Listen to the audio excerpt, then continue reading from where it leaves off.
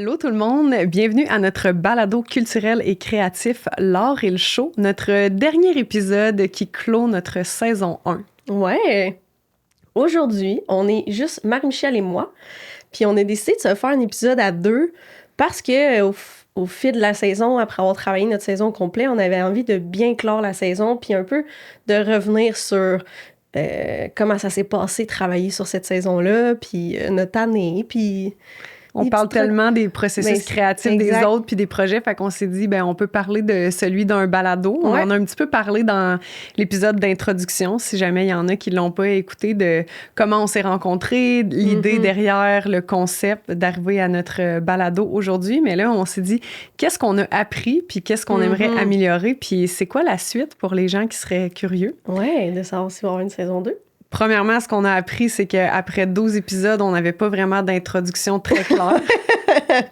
On trouvait ça très drôle. D'un fois, on se réécoutait, puis là, l'épisode parlait, puis j'étais comme, on n'a jamais dit c'était qui l'invité, puis présenté, puis contextualisé. Mais bon, jamais pareil. On se dit que si vous avez cliqué sur le lien, vous saviez quand même à quoi vous attendre un petit peu, vous avez vu les noms. Mais là, on va essayer de se trouver une structure quand même pour les deux. Oui. Après, c'était nos débuts d'animer à deux, là. Tu sais, c'est quand même... Déjà là, animer un podcast, c'est de l'apprentissage, mais là, animer à deux, de laisser la place à l'autre, prendre sa place, bien rebondir sur les questions, tout en... Comme, fallait qu'on trouve notre rythme à deux. Oui, pas se couper la parole. Exact. Parce que... Pas tout le temps faire des pendant que les invités parlent.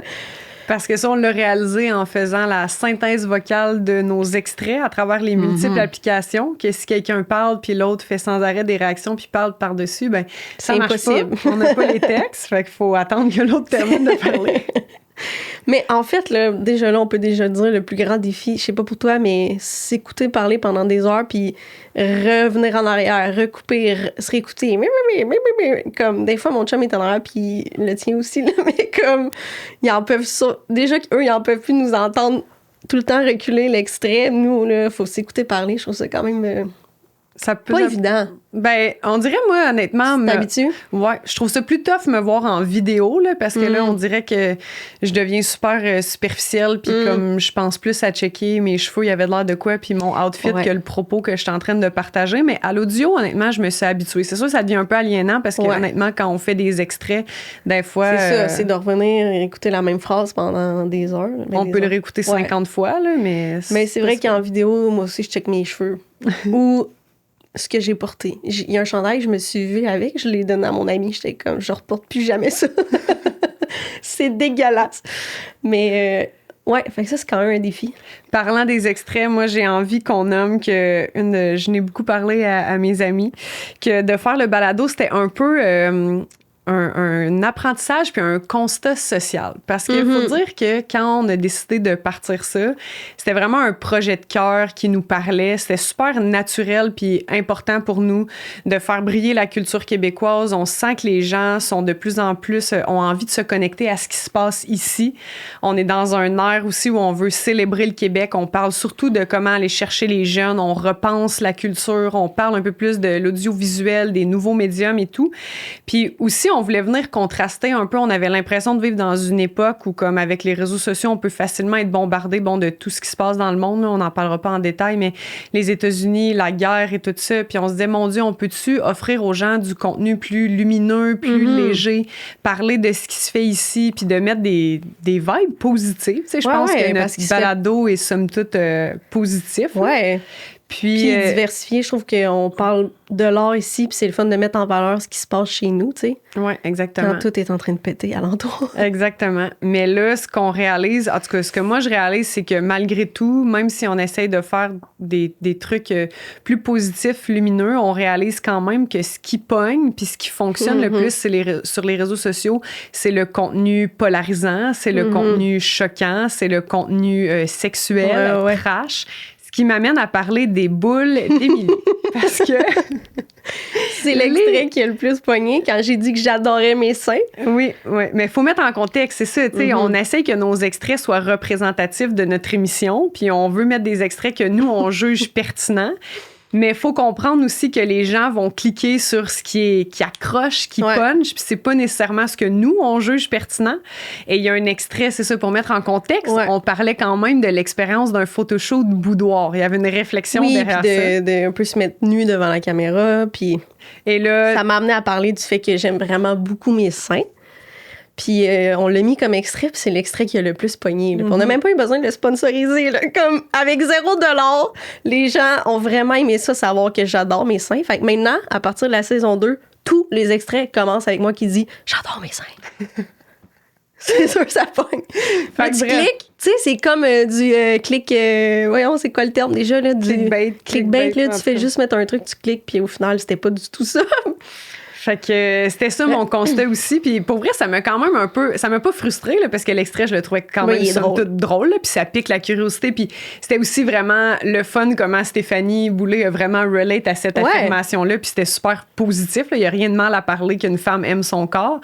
Mais j'étais juste comme... C'était une autre preuve. J'étais comme, ben oui, faut que ça punch, faut que ça rentre. Parce que sinon, les gens on pique pas leur curiosité quand on est trop dans la réflexion puis dans des sujets trop niches puis qu'on parle trop d'expérience émotif. Fait que c'est vraiment, je pense que, ben, il y en a que c'est leur métier à temps plein aussi, là, mais je trouve que c'est un art en soi de faire des bons extraits puis de savoir. C'est pas facile.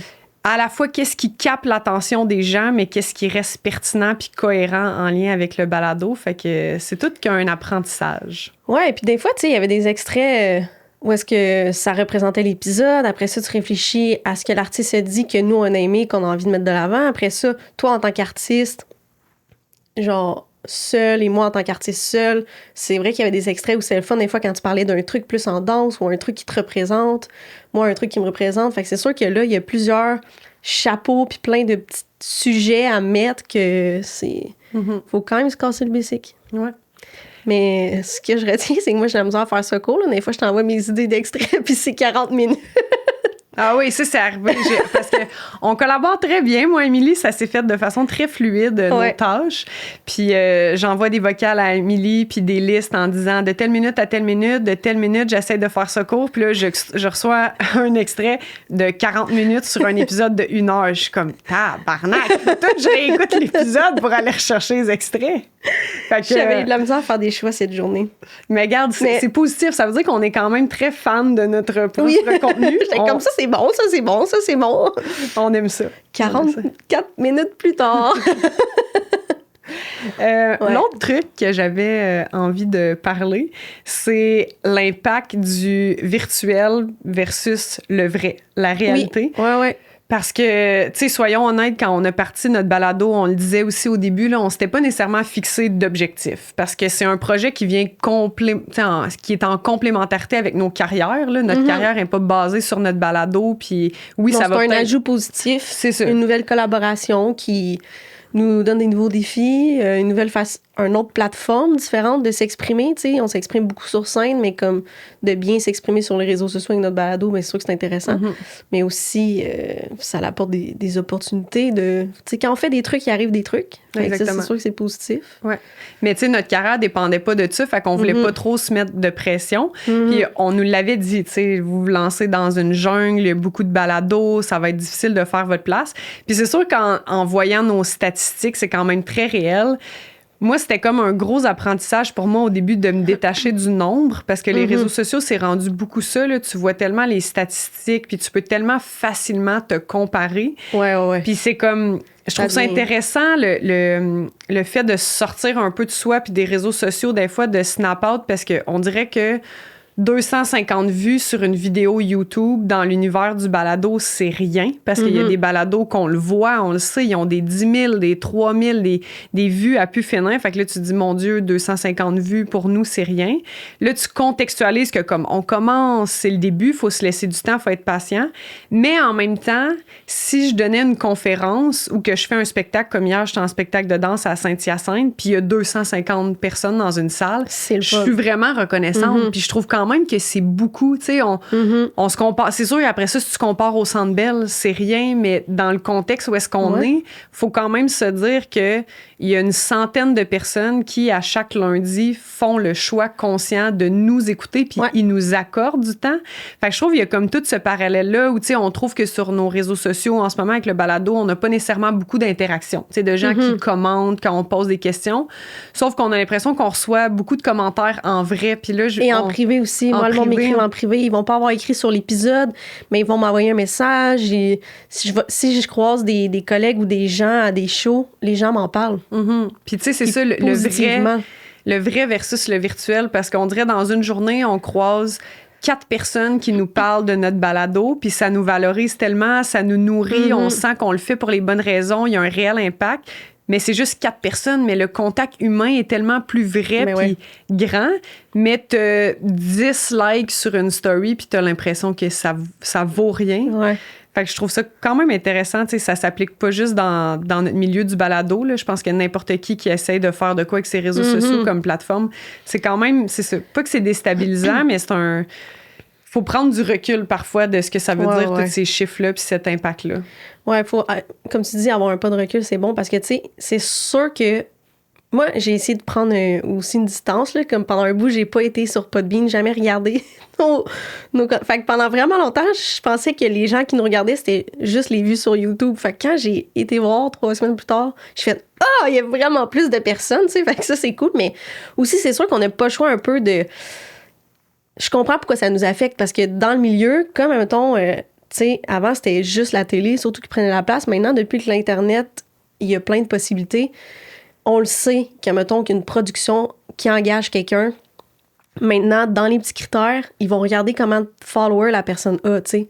Fait qu'on le sait que par rapport au travail qu'on fait dans certaines productions ou trucs qu'on pourrait travailler avec des gens, les gens regardent le nombre de followers puis de likes qu'on a, tu sais. Fait que c'est sûr que quand on a cette perspective-là, on se compare puis c'est décevant. Mais comme tu dis, le côté vrai puis le côté... C'est ça qu'on voulait. On voulait comme parler de culture puis donner envie aux gens d'aller consommer des trucs puis donner des idées. Fait que c'est magique que le monde nous en parle dans la vraie vie aussi, là, tu sais. Oui. Puis d'ailleurs, je rebondis là-dessus pour en profiter pour remercier tous les artistes qui nous ont fait confiance, parce que quand on les a invités à la saison 1... Il n'y avait rien sur quoi s'appuyer pour nous dire oui. Ben, il y avait nos pages respectives. Là. Je pense que les gens reconnaissaient qu'on avait des pratiques, puis une recherche par rapport à tout ça, puis une réflexion. Mais oui, on n'avait pas de statistiques à montrer. Fait que merci aux artistes qui ont embarqué. Tu sais, qu'est-ce que j'ai vraiment aimé quand que j'ai vu que les gens rapidement nous disaient oui? C'est que j'ai vraiment été... J'ai comme eu un moment de gratitude, puis j'ai vraiment été fière de tout le travail, mettons, que de mon côté et de ton côté, individuellement en tant qu'artiste, le travail qu'on a fait dans nos disciplines pour que pour que les personnes disent oui aussi rapidement, c'est qu'on a quand même montré qu'on travaille bien, on a fait d'autres projets. Peut-être que les gens nous ont vu faire le projet puis ils savent que c'était de qualité, que c'était le fun, tu sais.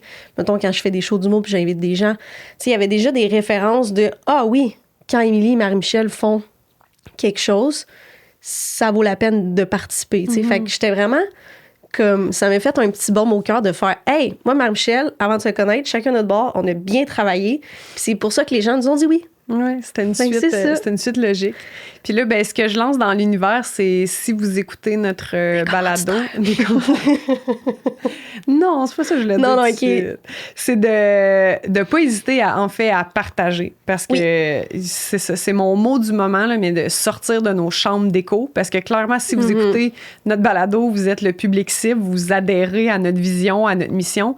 Mais de pas hésiter des fois à en parler à des gens qu'on pense qui seraient pas le public cible, parce que en ce moment, ce que je réalise, c'est que ça résonne beaucoup dans nos communautés artistiques, nos collègues, nos pairs, nos amis d'amour qui nous suivent, mais on sent que ça pourrait rayonner à l'extérieur de notre réseau, mais c'est difficile de se rendre là. Tu sais, moi, je pense aux gens qui étudient dans des cégeps à l'université, dans des concentrations artistiques, qui étudient là-dedans. Tu sais, je me dis, je pense que ça peut devenir du bon contenu pédagogique aussi, tu sais, dans nos épisodes, d'entendre parler des artistes, de processus de création. Fait que tout ce secteur-là, mais je pense que on laisse quand même, je crois, j'ose espérer que c'est pas trop niché, que les gens qui s'identifient pas comme étant des artistes, mais au moins comme des consommateurs de culture ou juste des gens qui sont curieux de d'autres trucs, se sentent interpellés. Ouais. Ben, moi, ce que j'aime aussi, c'est que justement, on vulgarise quand même bien, puis le fait qu'on ait 2 disciplines complètement différentes, puis qu'on reçoive des artistes, chacun dans nos disciplines, ça fait qu'il y a tout le temps quelqu'un qui pose la question de monsieur, madame, tout le monde. Fait que, mettons, si je pense à ma famille, que je sais qu'ils écoutent le balado des fois, ils travaillent en construction. Ils font pas de l'art, mais ils vont consommer de l'art, puis ils vont faire de la route pour aller sa job, puis ils vont écouter le balado, puis ça peut les intéresser, puis ils vont pas se sentir pas on the loop parce qu'ils font pas ce métier-là. Fait que ouais, ce public-là aussi, ils peuvent l'écouter. Oui. Ben d'ailleurs, parlant de vulgarisation et de découverte, ça m'amène à notre petit segment revue culturelle, parce que ça reste que cet épisode-là sort, puis on approche la fin de l'année 2025. Donc, on avait envie de faire une petite revue culturelle 2025 de tous les lieux culturels qui nous ont marqués, les spectacles qu'on a vus, la culture qu'on a consommée qui nous a marqués. Fait que, t'as-tu envie de commencer avec un premier partage? Un premier partage? Oui, en fait... C'est une petite histoire, là. C'est sûr que ça va... Je vais quand même plugger un show qui est québécois, mais... On a le droit, ça nous arrive. Ça nous arrive. Mais l'histoire, il y a quelque chose. Je m'en vais quelque part. C'est que, en janvier, j'ai été à Toronto voir Taylor Tomlinson, une humoriste que j'aime vraiment beaucoup, parce que j'ai eu ça comme cadeau de fête. Puis... On dirait que vu que je fais de l'art, puis je suis souvent dans les salles de spectacle, je fais des photos de spectacle, je suis sur scène, ça faisait longtemps que j'avais pas... Tu sais, parce que quand j'étais jeune, j'habitais dans un village, puis j'allais voir des shows à Sherbrooke. Fait que quand on allait consommer un spectacle, on faisait 45 minutes, 1 heure de route, on allait au restaurant, on allait voir un show, c'était une sortie, tu sais. Il y avait comme un engouement de prendre la route pour aller dans la grande ville regarder un spectacle, tu sais. Puis, à force de faire ce métier-là, ça faisait longtemps que j'avais pas eu l'émotion de faire la route jusqu'à Toronto pour voir un artiste qui est tellement loin de moi, puis d'avoir cette frénésie-là de me rendre dans la grande ville, checker un spectacle, tu sais. Fait que ça faisait longtemps que j'avais pas vécu cette émotion-là. Puis ça m'a aussi ramené au fait que dans les mêmes semaines, j'ai fait le Gong Show à Salle Maurice-Aubrédé à Sherbrooke. Et cette salle-là, c'était la première fois que je mettais les pieds en tant qu'artiste sur cette scène, mais c'est la scène que j'ai été voir tellement de shows quand j'étais petite, puis que je regardais en mode « je veux faire ça plus tard », tu sais. Fait que c'était comme un beau moment d'émotion, puis de se reconnecter à pourquoi que je fais de l'art, puis à cette envie-là de comme aller consommer, puis se faire raconter une histoire, puis sortir voir un show. Fait que je trouvais que c'est un beau duo de moments. Puis c'est le fun parce que je pense...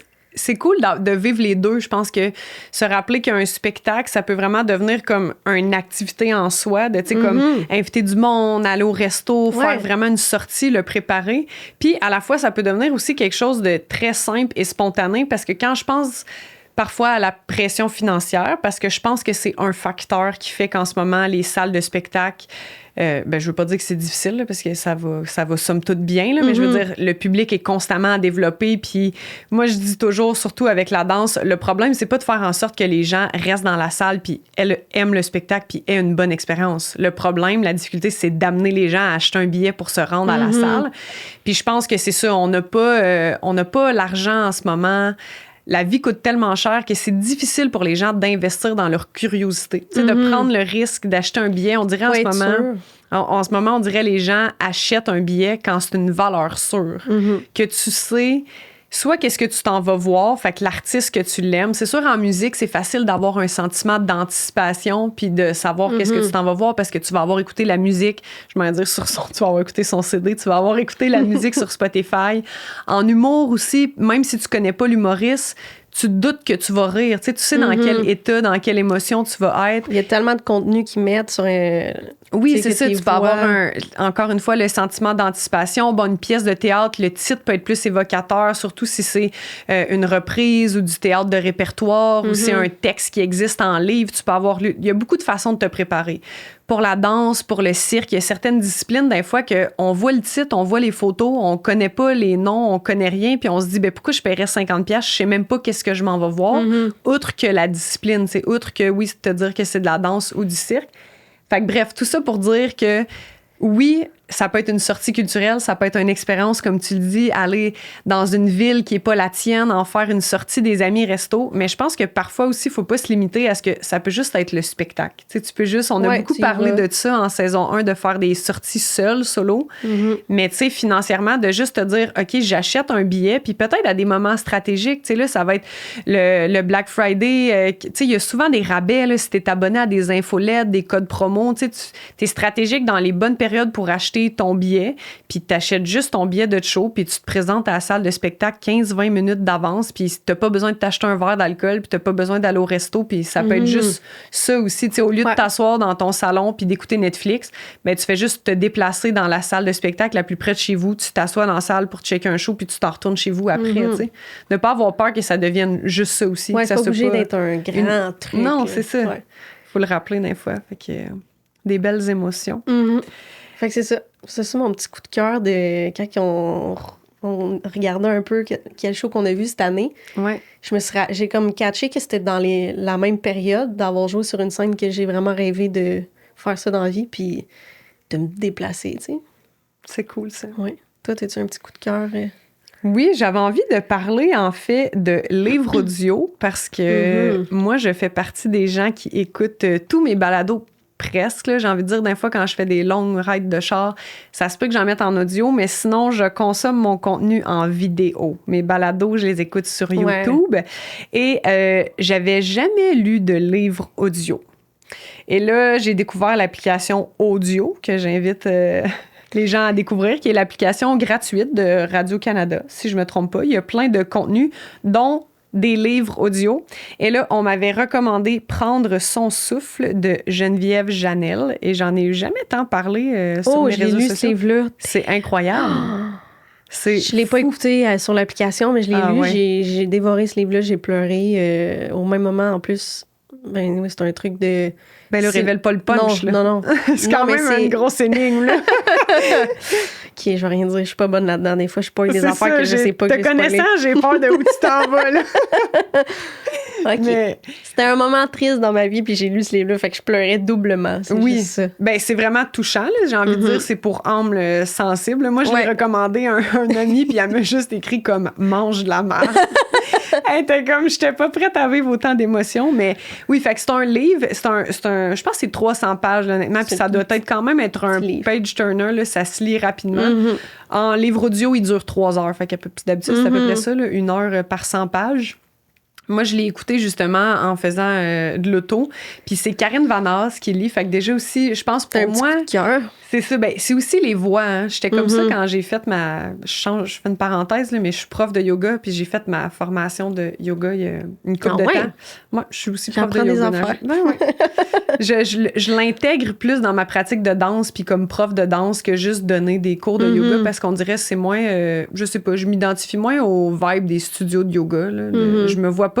Moi, dans mon enseignement, j'aime trop créer un lien avec les élèves. Fait que juste faire des classes de yoga in and out avec tout le temps du nouveau monde. Puis moi, j'aime ça accorder du temps. Là. J'adore l'aspect postural, méditatif. Puis je trouve que quand c'est des cours d'1 heure in and out avec 50 personnes cordées, j'avais juste l'impression de rédiger, pas de rédiger, mais de dire à voix haute un texte. Là, alors nous allons, mais il n'y a pas de lien humain. Là. Fait que bref, tout ça pour dire que le studio de yoga, c'était moins ma place. Mais quand je faisais beaucoup de yoga au début, je réalisais à quel point la voix des profs, c'était tellement important. Littéralement, je pouvais rentrer dans une salle de yoga, puis la prof commençait, puis moyennement que sa voix me tapait ses nerfs, j'étais pas capable. Fait que je pense qu'il y a ça aussi avec l'audio. Faut vraiment que j'aime la voix de la personne pour juste écouter de l'audio.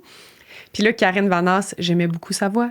Fait que, bref, tout ça pour dire que je recommande cette expérience culturelle de prendre son souffle en livre, parce que je sais que c'est un bon livre, mais en audio, je pense que ça nous amène vraiment ailleurs. C'est comme, j'ai l'impression que c'est le genre de livre audio que tu pourrais écouter dans ton lit le soir, genre pas un peu méditatif, mais comme les yeux fermés, puis tu te laisses porter par la voix. Là. On dirait, dans le sens que je serais pas tant portée à faire autre chose. Là. J'écouterais pas ça nécessairement en faisant ma vaisselle. Là. Ouais, c'est ça. Quand même, ça t'amène. Oui, c'est prenant. Même en char, des fois, j'étais comme... Faut que je garde les yeux droits sur la route.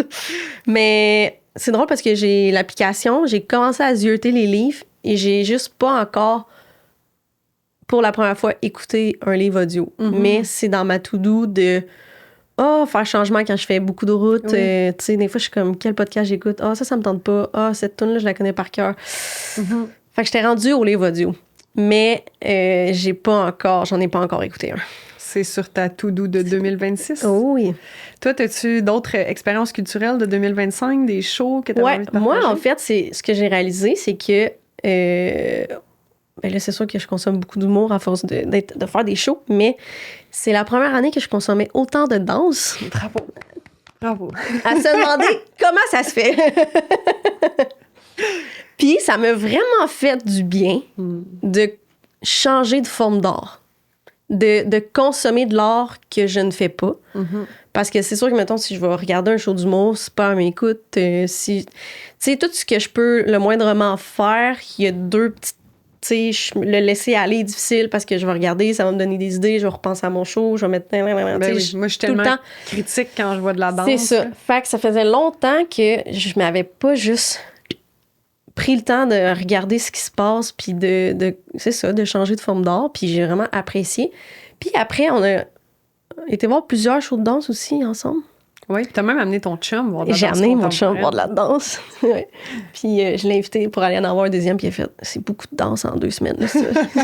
Il voulait pas, mais puis c'est ça, la comparaison avec mon chum, c'est que avant ce show-là, on s'était vu la veille, puis on avait justement essayé de démocratiser un peu nos métiers, puis de parler de la danse, puis tu m'avais fait vraiment réaliser à quel point on est dans un monde de mots, puis que des fois, c'est dur de regarder de la danse, puis d'accepter qu'on n'a peut-être pas de réponse, puis qu'il fait juste se passer une émotion, puis qu'on la vit sans avoir une histoire dit du milieu, début, milieu, fin, mettons.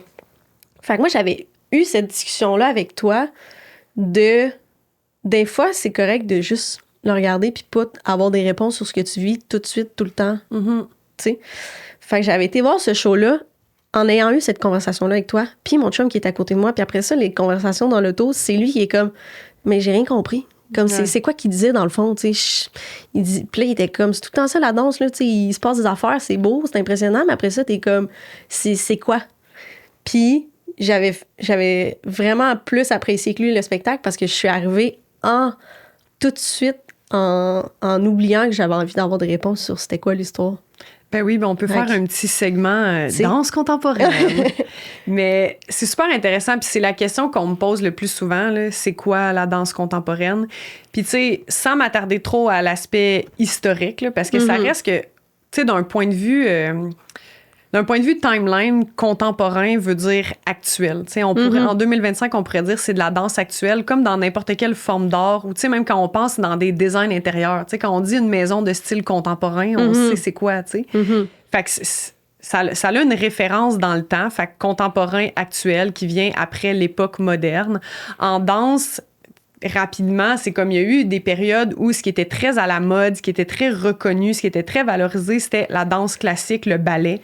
On était très dans les lignes du corps, dans la verticalité, dans l'esthétique, dans des positions de corps aussi exigeantes. On parle dans dehors, dans les jambes, les fameux pieds en pointe de pizza, là, pour ceux qui comprendraient pas. Puis il y a eu un moment de rébellion un peu où les artistes étaient comme, on veut faire différent, on est tanné de cette droiture-là, on va explorer le sol, on va explorer plus l'horizontalité du mouvement, on va défaire les codes, on va briser. Fait qu'en est venue la danse moderne. Et là, il y a eu des pionniers de la danse moderne qui ont inventé des styles, des techniques plus précises.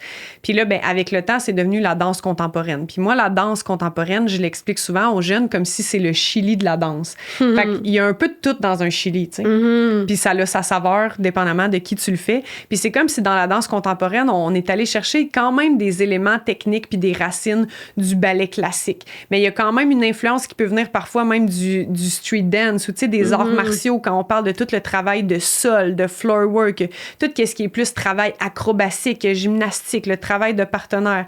Mais il y a aussi quand même des influences des fois du théâtre. Tu sais, en danse contemporaine, il y a souvent plus une théâtralité, même s'il n'y a pas nécessairement d'histoire, de narration avec des personnages. Souvent, on veut plus parler d'un propos. T'sais, je trouve qu'en danse contemporaine, on travaille plus souvent avec des mots-clés. Le spectacle, c'est à propos des relations humaines, c'est à propos de l'amour, c'est à propos du féminisme. Fait qu'on est très dans les mots-clés, comme ça, on travaille plus par chapitre, par tableau chorégraphique. On essaie d'installer une ambiance, mais il n'y a pas nécessairement une histoire. Fait que c'est pour ça que les gens, souvent, vont dire « j'ai pas compris », puis c'est normal de pas comprendre parce qu'il n'y a pas nécessairement quelque chose à comprendre, mais c'est ça le but. Tu sais, c'est un art, en fait, la danse contemporaine, c'est un art qui se veut quand même abstrait. Puis je trouve que ça se compare bien à l'art visuel. Tu sais, quand tu vas dans un musée, tu marches, il y a une toile qui capte ta curiosité, tu te demandes pas nécessairement c'est à propos de quoi. On dirait qu'en art visuel, on arrive plus à se faire notre propre interprétation. Mais là, quand on arrive en danse, à cause qu'il y a des humains sur scène, on est comme, OK, qu'est-ce qu'ils essaient de me raconter? Mais moi, j'ai envie de retourner la question aux gens, puis c'est comme, mais toi, qu'est-ce que tu interprètes? Qu'est-ce que tu vois? Puis je pense que l'état dans lequel tu arrives dans une salle de spectacle va complètement changer ton expérience. Tu sais, si tu viens de vivre une rupture la semaine d'avant un show de danse contemporaine, ça se peut que tu vois la douleur, la souffrance, puis que quand deux danseurs s'entrelacent puis s'échappent, tu fasses des ponts avec toi, mais ça se peut que si tu arrives avec une ambiance full positive puis une énergie, ça va teinter ta réception de l'œuvre. Fait qu'il y a quelque chose un peu qu'il faut s'ouvrir puis plonger un petit peu plus à l'intérieur de soi. Oui, après, on peut donner des infos. Il y a quand même, tu sais, les pièces ont des recherches, là, ont du contenu. Là. C'est pas nécessairement à propos de n'importe quoi. Là. Fait qu'il y a façon de se préparer pour aller voir de la danse contemporaine. Mais je pense qu'il faut quand même rester... C'est vraiment une discipline qui demande beaucoup d'ouverture d'esprit puis d'ouverture de soi. Tu sais, de t'as envie d'aller où, toi, comme spectateur, dans ta tête, dans ton imaginaire. Puis des fois, il y a des shows qui sont juste aussi très contemplatifs et méditatifs. Là. Des fois, il y a du monde qui sont comme « Ah, mon Dieu, on dirait que j'ai zoné out. » Puis je suis comme « Ben, c'est peut-être juste ça que t'avais besoin. » C'est bien correct, tu sais, que ça t'aille amené pas nécessairement dans des émotions, que l'effet que le show a eu sur toi, c'est juste de te calmer. Puis je suis comme, ben bravo, pendant 1 heure, t'étais pas sur ton sel. Puis t'es calmé. Puis c'est tout, tu sais. Mais je comprends que ça peut être dur pour des gens, mais c'est drôle parce que, tu sais, cette année, on a refait encore le festival Fou de théâtre ensemble. Ouais. Puis moi, il y a bien plus de moments dans ma vie où je me sens incompétente. Tu sais, dans le sens, je dis incompétente, quand on dit qu'on comprend pas un show, ça génère un sentiment d'incompétence, puis ça fait qu'on apprécie moins notre expérience. Puis moi, ça me fait plus souvent ça avec le théâtre. Si c'est du théâtre, genre de... Ben je sais pas, des fois, il y a des référents historiques. Mettons, je suis vraiment pas bonne en histoire. Là, tous les événements marquants, historiques, plus du monde, là, pas nécessairement juste au Québec. Fait que quand il y a des pièces qui sont plus nichées sur comme l'histoire ou des référents, ou comme j'ai vu, tu sais, il y avait un spectacle, c'était plus des références de la Grèce antique, de la mythologie. À lui, je pensais. Puis moi, dans ce show-là, j'étais comme, oh mon Dieu, je ne comprends rien. Je suis pourrie là-dedans, moi aussi. Alors qu'en danse, je suis comme, mais il n'y a rien à comprendre. Enlevez-vous cette pression-là. Faites juste chill, là. Mais j'aime la comparaison avec l'art visuel que tu as fait, parce que c'est vrai que des fois, on peut arriver devant une œuvre, puis on aime les couleurs qui sont là. Oui, c'est ça. C'est pour ça qu'on la regarde. Puis les couleurs, on n'est pas en train de dire j'aime cette couleur-là parce que ça m'évoque genre le mariage, là, tu sais, c'est juste on aime le bleu. Oui, c'est ça. Fait que c'est vraiment une belle comparaison. Puis c'est aussi l'aspect du non-verbal, là, tu sais, c'est surtout ça qui distingue la danse de toutes les disciplines des arts vivants. Un peu comme le cirque, tu sais, ça arrive que dans des shows de danse, il y ait des prises de parole, là, tu sais, que les gens parlent, qu'il y a une plus grande théâtralité. Mais sinon, oui, j'en ai déjà vu un. C'est un des shows que j'ai moins aimé. Ouais.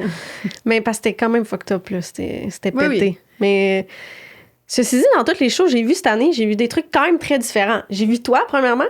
Oui. Mais là, pas lui que tu es en train de faire parce que le toit l'a brisé avant que je me rende. Comment ça s'appelle, le show? Les Champs magnétiques. Les Champs magnétiques. De Sylvain est mort. C'est ça. Ça, c'était dans mes préférés cette année. Ah oui?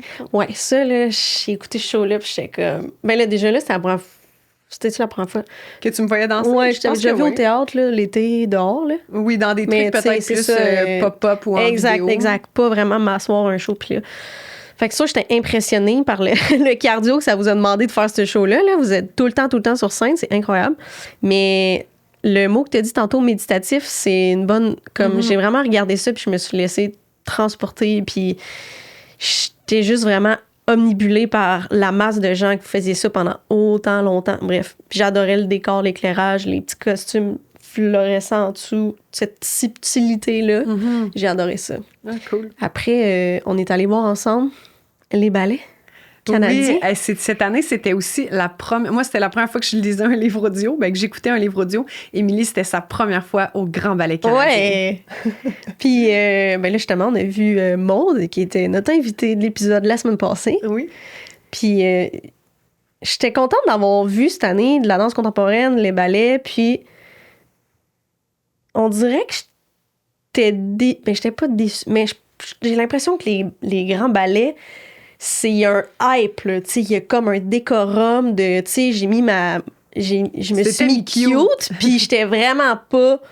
Tu sais, il y a du monde qui était en costume, là, tu sais, la robe vraiment de bal, là, puis j'étais comme, OK, je suis cute, mais il y a quand même quelque chose qui se passe avec les ballets puis cette salle-là, mettons. C'est ça, je m'en dis, oui, les grands ballets canadiens, mais je pense qu'aller voir un show à Wilfrid Pelletier à la Place des Arts, c'est quand même une expérience en soi. Ouais. Mais souvent, tu sais, on va se le dire, là, aller voir un show à Wilfrid Pelletier, les billets, c'est rare que c'est en bas de 100$, là, si je m'avance pas trop. Fait que, tu sais, rendu là, là, ça devient comme une expérience. C'est ça, tu y vas à fond dans le décorum.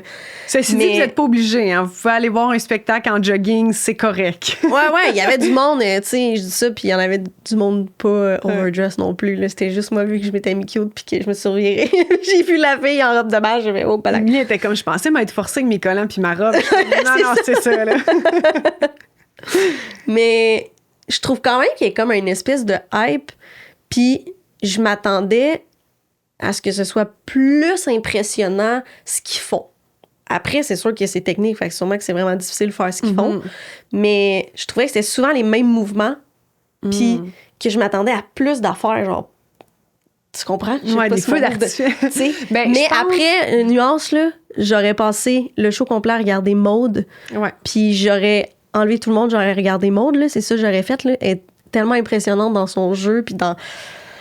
Son magnétisme. C'était fou. Elle est arrivée, puis j'aimerais ça voir un show solo de Maude. C'est ça la conclusion des grands ballets, vu que Maude était dedans, puis c'était impressionnant. Oui, mais il y a quand même une attente face au ballet, je trouve. Oui, il y a une attente, puis il faut dire que là, le spectacle qui était venu voir, qui était Blanche-Neige et le miroir, qui était comme une adaptation là, de Blanche-Neige, c'était quand même un show très contemporain, là, genre néoclassique, là, c'était très dark, là, fait que c'était pas... Je pense que je t'amènerais voir Casse-Noisette, puis je pense que t'aurais l'aspect plus wow, impressionnant, féerique, peut-être... que tu chercherais. En tout cas, moi, Casse-Noisette, ça fait beaucoup de fois que je le vois. Là. C'est sûr, sur différentes compagnies puis moutures, mais je me tanne jamais. Là. Puis je pense aussi, il y a de quoi avec ton emplacement, parce qu'il faut dire que je suis pas l'experte là, des grands ballets canadiens, mais si je me trompe pas, tous les shows sont faits avec l'orchestre live, là, la musique est live. On les voit jamais. Mais tu les vois pas. Puis moi, je trouve ça décevant parce qu'ils sont comme... Ça doit avoir tu vois un juste nom. Le monsieur en bas qui fait « Salut! » Puis oui, le chef on d'orchestre. voit juste sa tête. Puis on voit pas les autres personnes. Mais c'est vrai que c'est décevant, ce qu'on voit pas l'orchestre. Mais là, tu sais, t'es comme... Sauf qu'en même temps... C'est où t'es mettrais? Ben c'est ça, ce serait too much, parce que là, t'aurais l'impression de voir deux shows, là, parce que c'est une performance en soi. Mais j'ai l'impression qu'il y a peut-être une place comme... dans les loges ou les petits balcons sur les côtés que tu as une vue plus en angle, tu peux au moins les voir, tu sais. Ouais, je sais pas. Moi, on dirait que c'est ça. On les a pas vraiment vus. Ouais. Mais ceci dit, une chance, tu me l'as dit, parce que justement, où est-ce qu'on était placé que... Non, ouais, c'est ça. J'aurais pas compris que la musique il y avait de la musique live en même temps. Ça rajoute une couche quand même assez impressionnante, là. Ouais. Mais ceci dit, un des meilleurs shows de danse que j'ai vu, c'était de la danse contemporaine. C'était un plus petit show. C'était à l'usine C. Puis c'était Fred Gravel que tu parles. Oui. Ouais. Puis il y avait un mini stage à côté sur le mur, un band live, puis les danseurs. Puis des fois, il y avait des duos, des fois, ils étaient en masse. Puis j'ai aimé ça parce qu'il y avait de la musique live.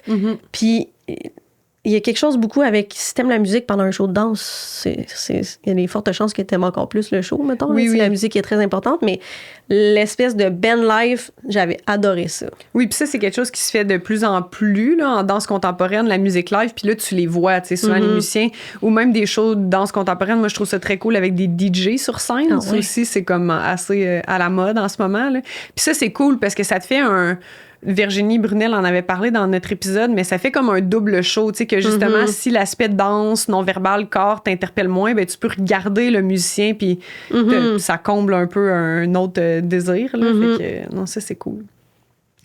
Le temps file, est-ce que t'avais d'autres? Ben là, moi, je vais en faire un. On s'alterne.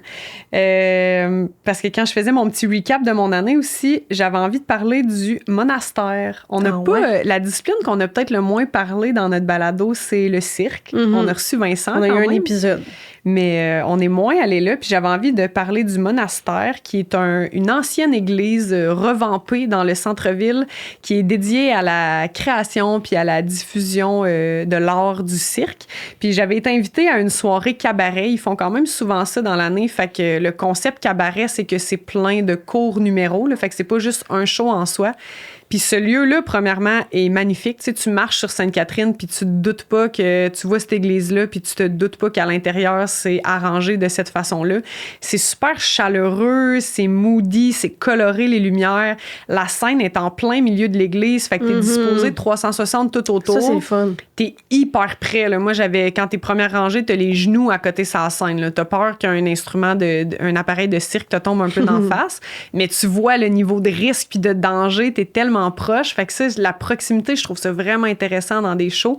Puis je trouve ça le fun, les soirées cabaret, parce que tu sais, c'est un peu comme des soirées d'humour où est-ce qu'il y a plein de monde, c'est que tu découvres plein d'artistes, puis en plus, en cirque, non seulement tu découvres plein d'artistes, mais tu découvres plein de disciplines, parce que il y a ça aussi, pas tout le temps les mêmes... Non, c'est comme en danse, tu sais, des shows de danse, c'est pas juste de la danse contemporaine, là. Il y a des shows de flamenco, il y a des shows de street dance, il y a des shows de jig, il y a des shows de ballet.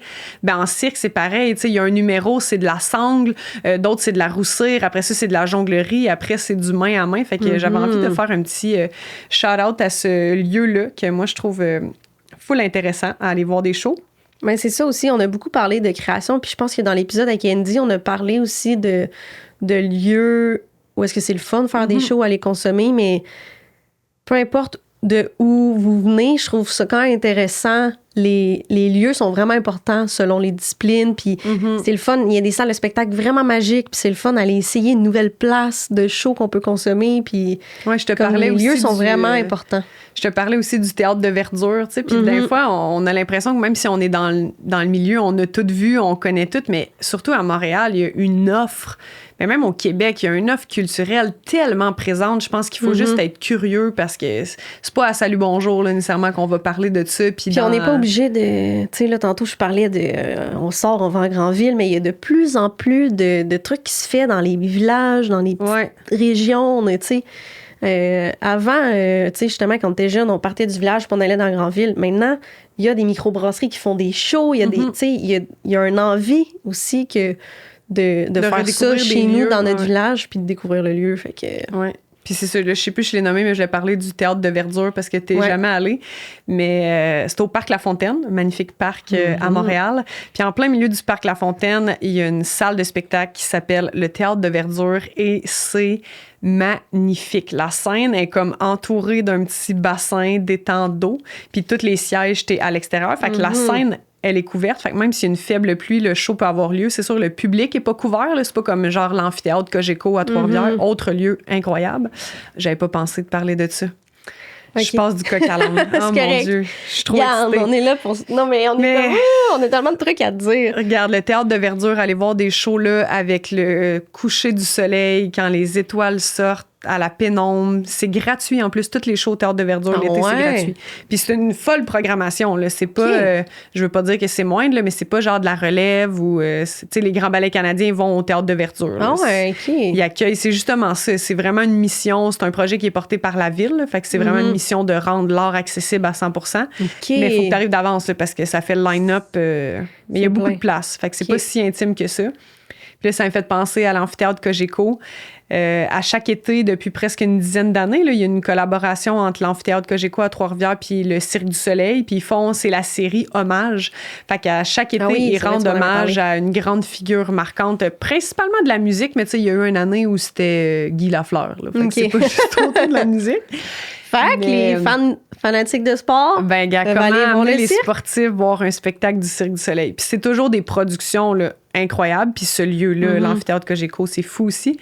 Puis l'année passée, c'était Daniel Bélanger. C'était magique comme show. Et là, cette semaine, ils ont révélé c'était qui celui de cette année. Et c'est Jean Leloup. Ouh! Fait que j'ai bien hâte. Moi, c'est toujours un rendez-vous habituellement que j'essaie de pas manquer. Là. Fait que j'ai hâte de voir ça. C'est quand même intéressant. Là, je vois que le temps file, mais je sais qu'on avait comme d'autres segments, mais est-ce qu'on wrap up à dire un peu... est-ce qu'on n'a même pas parlé de... Ah oui, on a parlé de ça, OK. De toi, dans ton année en tant qu'artiste, là, je veux quand même qu'on nomme... y a-tu un truc que t'es vraiment fier? Oh, OK. Là, on dirait que j'ouvre une conversation quand je suis comme... On n'a plus grand temps, mais non, un petit truc, quelque chose de... Tu sais, parce que c'est ça. Ce qui m'amène à poser cette question-là, c'est quand on a fait les fous de théâtre cette année, j'ai réalisé qu'au final, ça faisait seulement 1 an qu'on se connaissait, puis on avait accompli tout ça. Ouais. Puis j'étais comme... Moi, je pensais que ça faisait plus au-delà de l'année qu'on se connaissait, tu comprends? Puis, tu sais, quand les choses sont dues, des fois, c'est fluide, puis on dirait que ça a passé de même, puis que ça fait déjà 10 ans qu'on se connaît. Mais ça, pour dire que c'est au fou de théâtre, quand on l'a fait ensemble, je fais, ben non, dans le fond, ça vient de faire 1 an qu'on se connaît. Puis je trouve qu'on peut quand même être fiers de notre projet. Mais j'étais curieuse de savoir, toi, en tant qu'artiste, cette année, qu'est-ce que t'as... Ouais, ben... Qu'est-ce que t'es contente de toi? Ben, de beaucoup de choses, en fait. Je sais pas, je suis fière.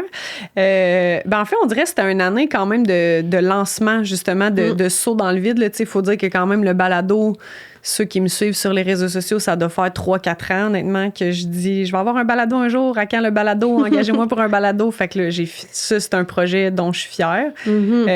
C'est sûr que c'est moins artistique, mais tu sais, cette année, je suis rentrée sur mon premier CA à vie. L'expérience n'est pas tant entamée, mais tu sais, pour moi, c'est super important d'avoir un regard 360 sur ma discipline, sur le milieu de la danse. Fait que j'essaie de diversifier mes façons de m'impliquer dans mon milieu. Fait que, tu sais, je suis contente d'avoir fait ce move-là puis de continuer à m'impliquer. Un peu comme toi, mon année 2025, elle a commencé vraiment fort. Tu sais, tu parlais de retourner dans une salle que tu avais vu des spectacles, de faire un show. Ben pour moi, tu sais, danser à la Place des Arts, c'est sûr, il y a différentes salles. Là. Je pense pas qu'un jour, je vais danser à Wilfrid Pelletier, mais c'est quand même toujours pour moi une fierté de danser à la Place des Arts puis d'être dans la programmation de danse. Fait que, tu sais, mon mois de janvier a commencé avec une semaine de 7 représentations en 5 jours à la 5e salle, à la Place des Arts. Fait que, c'est un gros début d'année. C'était des beaux accomplissements. Tu sais, là, la tournée de Gianni et Marcio, elle va se conclure bientôt. Puis au total, on a fait plus d'une 30aine de dates. Fait que c'était quand même une bonne année de réalisation de spectacles aussi. Je trouve que j'ai beaucoup été sur scène, que ce soit, oui, pour faire des spectacles, mais l'animation prend de plus en plus de place dans ma vie, puis j'aime vraiment ça aussi. Fait que, ouais, plein de petits trucs. Sûrement que j'oublie des choses, mais c'est ça qui me vient en tête. Nice. Ouais, c'est bon. Toi?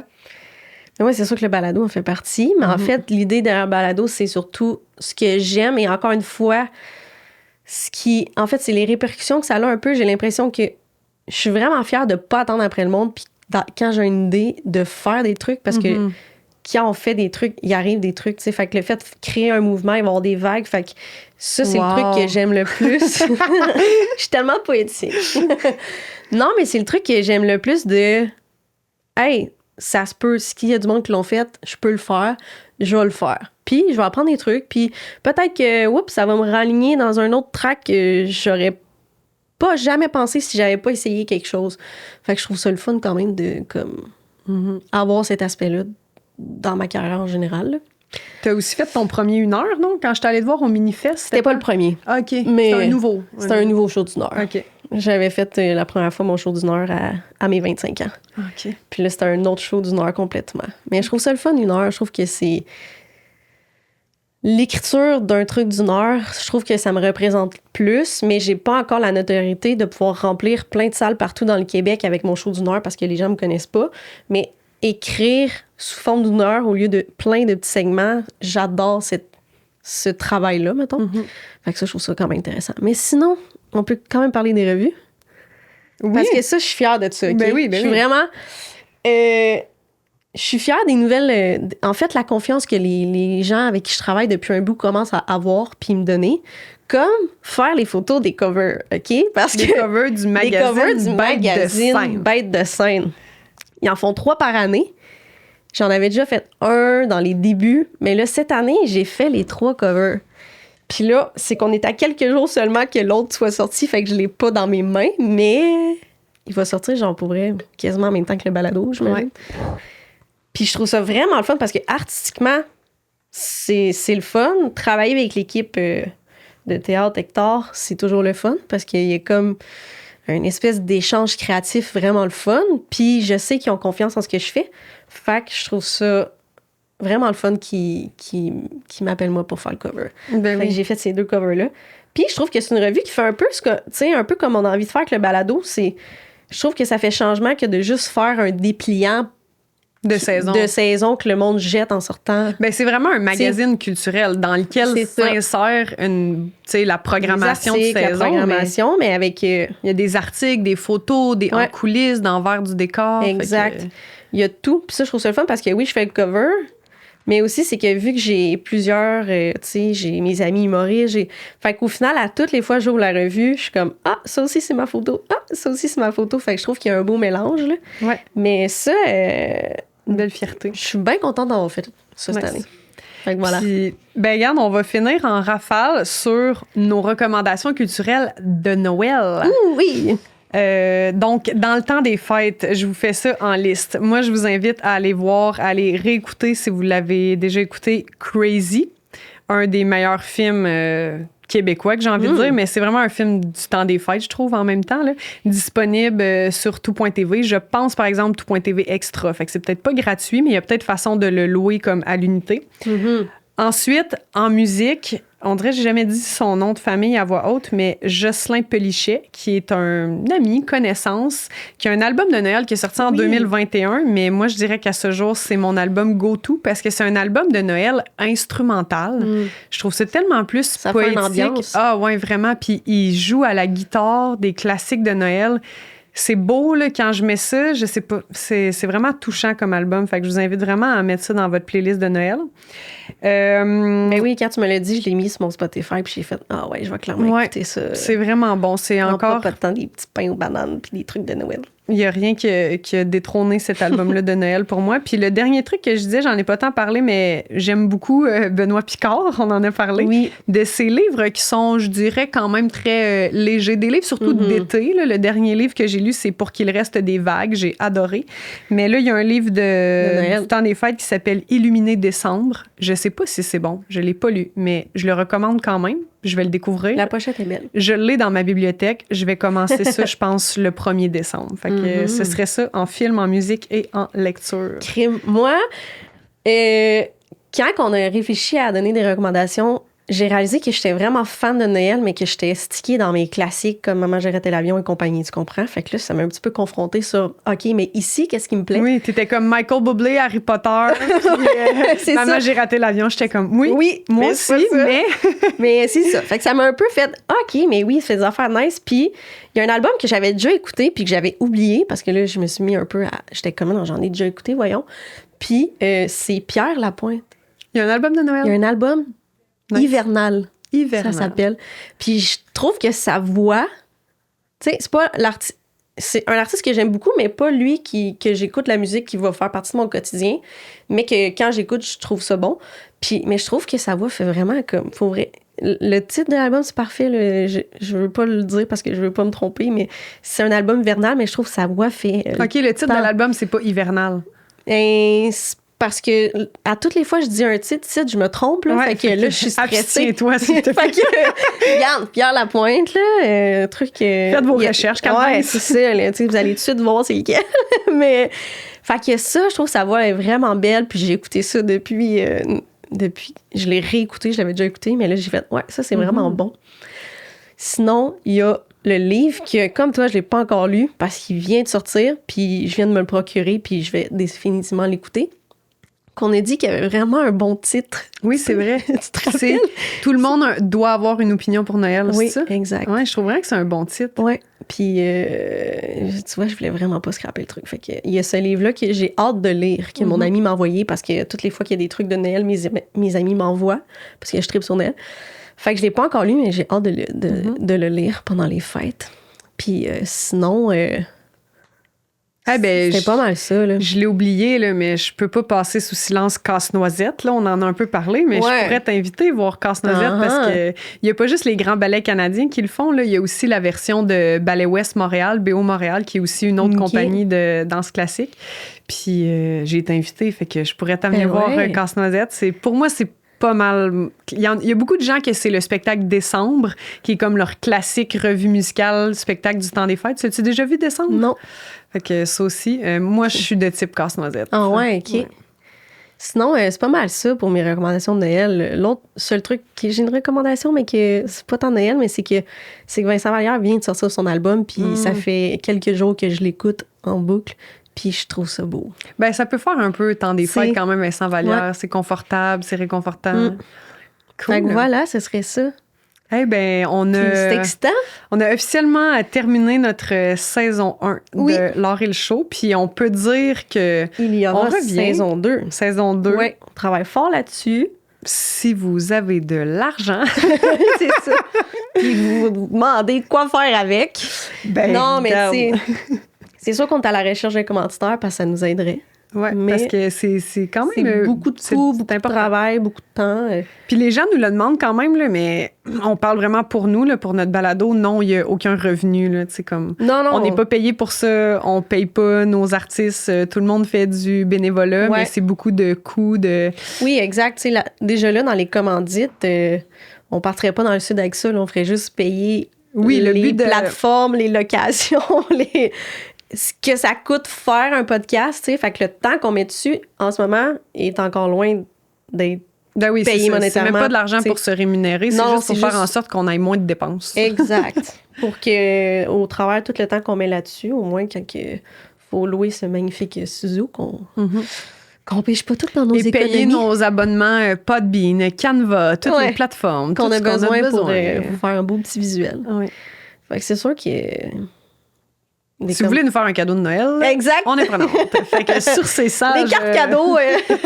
Sur ces sages paroles, on vous dit merci. Un bon temps des fêtes. Puis merci de votre écoute. Puis si jamais vous commencez avec cet épisode-là, allez vous clencher toute notre saison pendant le temps des fêtes. Exact.